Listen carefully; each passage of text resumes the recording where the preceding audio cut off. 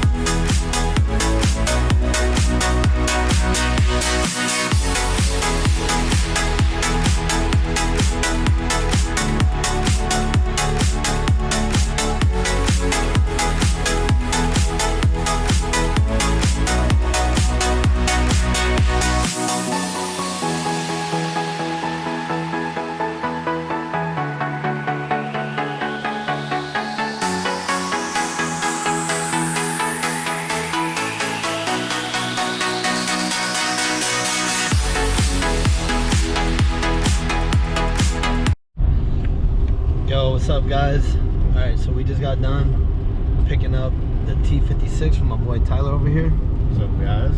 Go check him out, TSB Performance. We're gonna have that linked here in the description. So we got the T56 back there underneath the blanket because it's trash weather right now. But right after this, we're probably gonna stop, get some lunch somewhere, and then we're gonna head back to Indiana and go check out an engine, see if it checks out, guys, so stay tuned.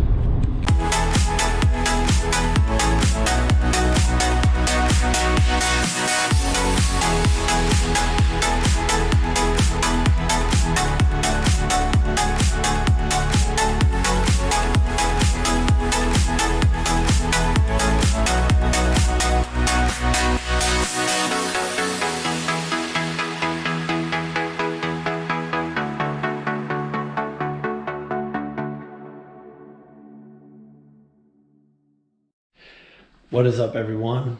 We are back. We made it back from Michigan, picked up the T56, and we picked it up, baby. It wasn't an L. It's not technically an LS, but it wasn't this either. Or this. So we can erase all this. We're gonna update this first, and then I'll show you guys what I got. So you got it, LQ. We picked up an LQ4, guys. LQ4 came with, I'm just gonna put it like that because that's not what I'm sticking with. Iron heads.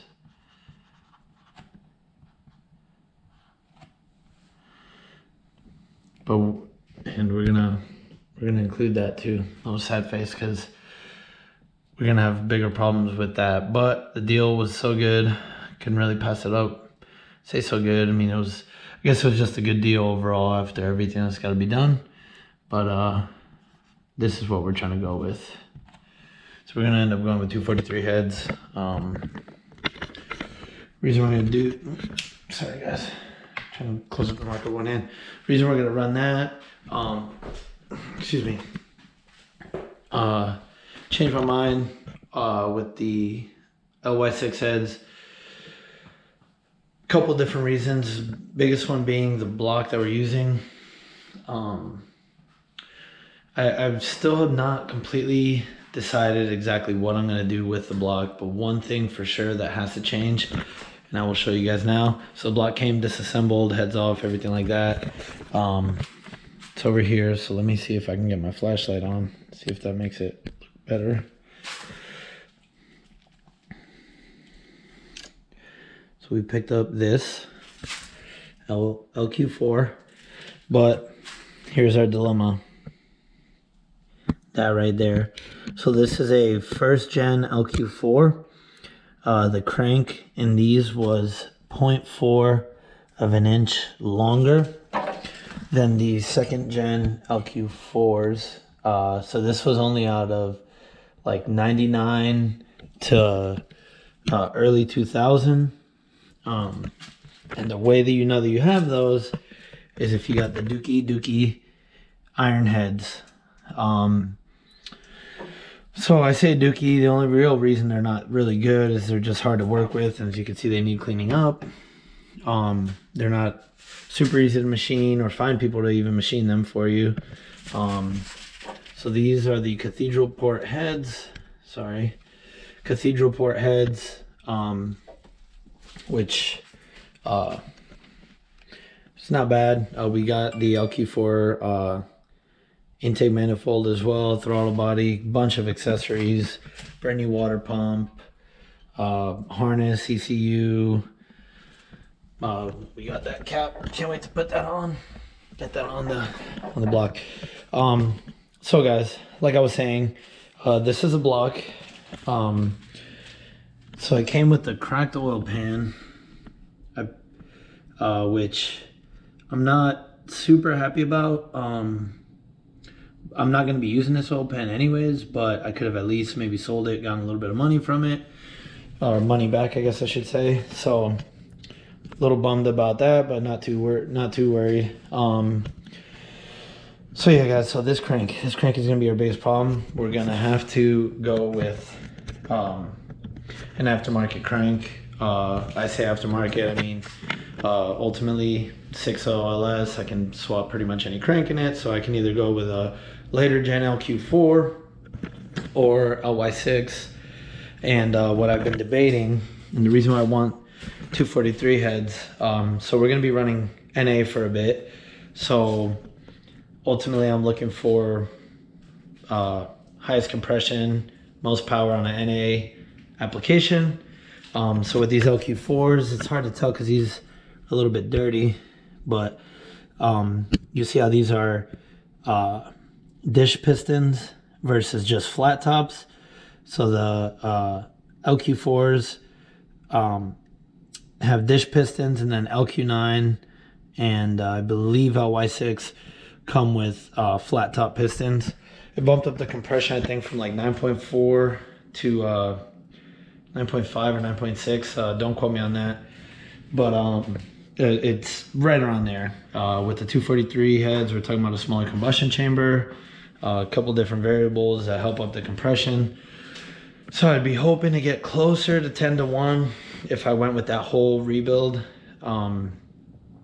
Again, I just got the block. I'm starting to look a little bit deeper into what all goes into it, what would be the best setup for what I'm trying to achieve for now.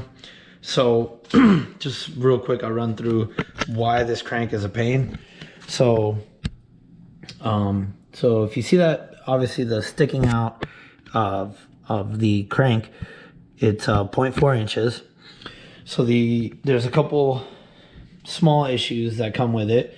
So for one, finding a flywheel that can be alleviated. Sorry, I'm getting ahead of myself. So finding the flywheel, the biggest issue with finding the flywheel is that you need something that's going to still sit here where your starter teeth can hit, where your starter teeth can still engage on the flywheel, or flex plate, as this one came with a flex plate, but something that can engage. So that's the first issue. That can be alleviated if you buy a couple companies make it. I think it's like Fab Bot and McLeod, I believe, make a flywheel for these cranks. That's not a huge issue. So now when it comes to running the T56, that's where the issues come. So for one, we can't run an LT1 on an LS without doing crazy amount of work, and they're not that much cheaper to make that work worth it. I could explain in detail about what that work is. If you guys would like to hear, just leave a comment. But ultimately, I want to run an LS T56. It's the easiest way to do it for the price. The problem with that is that number one, the input shaft is too long and it will hit the crank. So that's one issue. Second issue, or excuse me, that issue could be alleviated by putting a spacer between the bell housing on the T56 and the actual transmission itself, which in theory is perfect. That'll work. But the problem with that is that now we've pushed the transmission, you know, almost half an inch back. So we're talking about now issues with trans brace, drive shaft length, whole bunch of other things that have to do just to save this crank. And even though crank and rebuild and things like that would not be super cheap, it'd be way easier, way more worth it, in my opinion, to do that. So that's what I'm gonna end up more than likely doing. I'm just trying to work out exactly what I'm gonna be going with.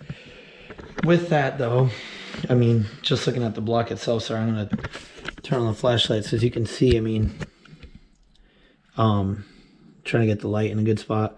So, I mean, it's super nasty in here, like dirty wise. In here too, it's a bit sludgy. The guy that I bought the motor from, or excuse me, the engine from, he told me that I had 120K. I personally don't buy it, but that's okay. You know, there's no speedos, no nothing to tell me, no gauge cluster to tell me how many miles it came off the truck with. So it's either, in my opinion, doesn't have 120K, probably has closer to 200,000 to 250,000 miles, or it has 120K and the person who owned this truck never did an oil change. So like I said, I'm not 100% sure exactly what I'm gonna do, but I'm gonna figure it out. You know, you can see the cylinder walls are still in great shape, a little dirty because it was sitting without the heads on, but still got some cross hashing, everything like that. So not too bad.